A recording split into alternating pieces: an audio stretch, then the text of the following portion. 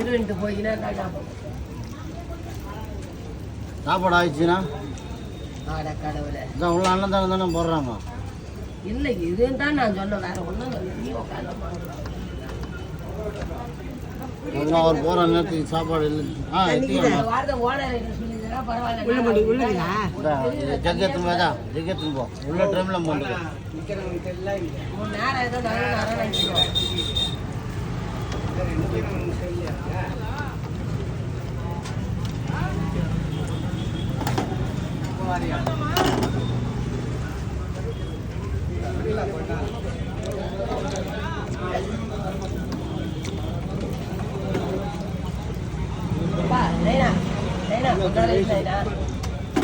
என்னது உக்காருமா